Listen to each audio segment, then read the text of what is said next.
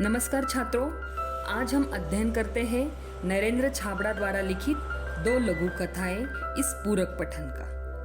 प्रस्तुत पाठ में नरेंद्र छाबड़ा जी की 2 लघु कथाएं हैं जो हमारे सोच बदलने के लिए हमें प्रेरणा देती है। पहली जो कहानी है, कहानी का नाम है कंगाल। कंगाल कहानी में पर्वतीय स्थल की यात्रा के साथ साथ मानव के मनोभाव का भी वर्णन लेखक ने बड़ी खूबसूरती के साथ किया हुआ है। और दूसरी कथा है सही उत्तर। सही उत्तर में एक साक्षात्कार का वर्णन है।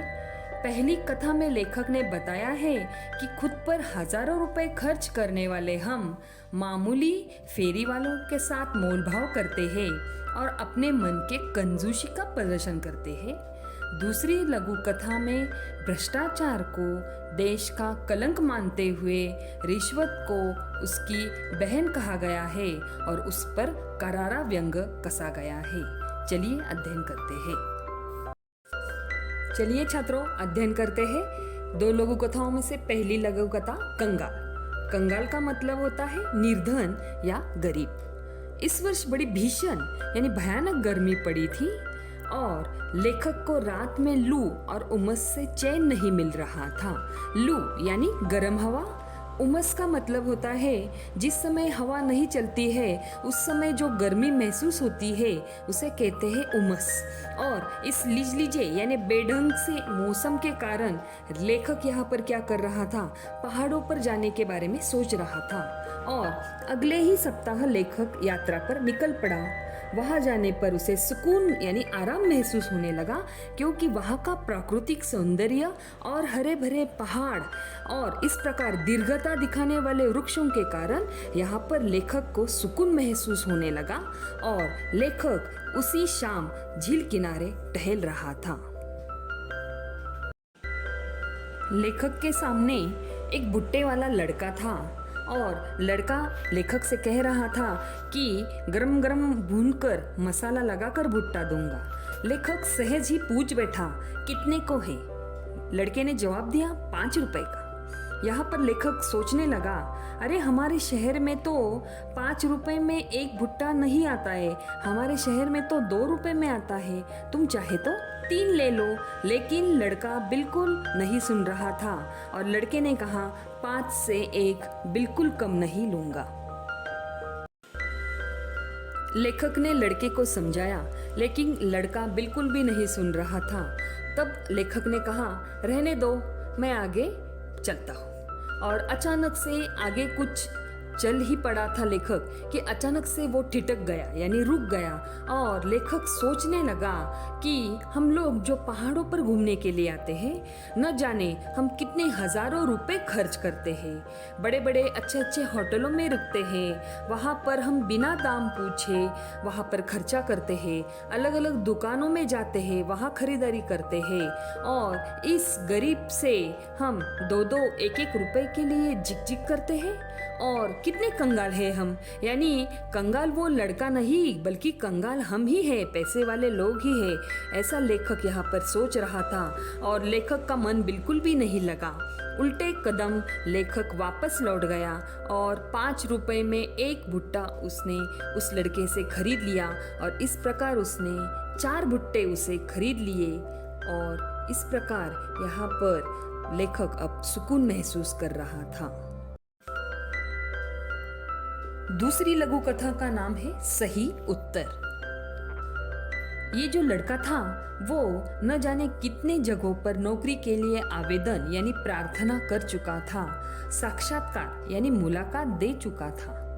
उसके पास उसके प्रमाण पत्र यानी सर्टिफिकेट्स की फाइल भी थी, लेकिन फिर भी उसे सफलता हासिल नहीं हो रही थी क्योंकि हर जगह पर भ्रष्टाचार और रिश्वत का बोलाबाला था। इसी कारण योग्यता होने के बावजूद उस लड़के का चुनाव नहीं हो रहा था, चयन नहीं हो रहा था। वो लड़का अब निराश हो चुका था क्योंकि सारी भ्रष्ट सामाजिक व्यवस्था को कोसने के अलावा उसके पास कुछ भी नहीं बचा था।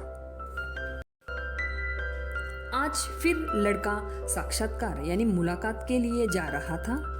अब तक उसने अनेक मुलाकातों में देश प्रेम, नैतिकता, शिष्टाचार, ईमानदारी, इन सारे विचारों पर बड़े विश्वास के साथ उसने अपना स्वमत रखा था, लेकिन फिर भी उसे सफलता हासिल नहीं हो रही थी।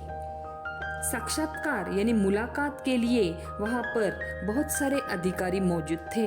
अधिकारियों ने उसे सबसे पहले प्रश्न पूछा कि भ्रष्टाचार के बारे में आपकी क्या राय है, यानी आपके क्या विचार है। लड़का बोलने लगा, भ्रष्टाचार एक ऐसा कीड़ा है जो देश को घुन की तरह खा रहा है। घुन यानी अनाज या लकड़ी में जो कीड़ लगने के बाद जो कीड़ा पैदा होता है उसे कहते हैं घुन।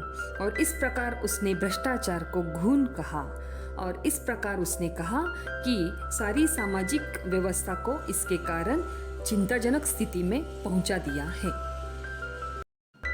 लड़के ने आगे अपनी बात कहते हुए कहा कि सचमुच ये देश के लिए एक कलंक है। कलंक यानी दाग। और जो अधिकारी सामने बैठे हुए थे उनके चेहरे पर मुस्कान और उत्सुकता दोनों बातें उसे दिखाई देने लगी। अधिकारियों को यहाँ पर उस लड़के में रुचि महसूस होने लगी, इसीलिए दूसरे अधिकारी ने दूसरा प्रश्न पूछा, रिश्वत को आप क्या मानते हैं? लड़के ने यहाँ कहा, भ्रष्टाचार की बहन है रिश्वत, यानी कि रिश्वत को ही घूस कहा जाता है और उसे मराठी में लाच कहा जाता है।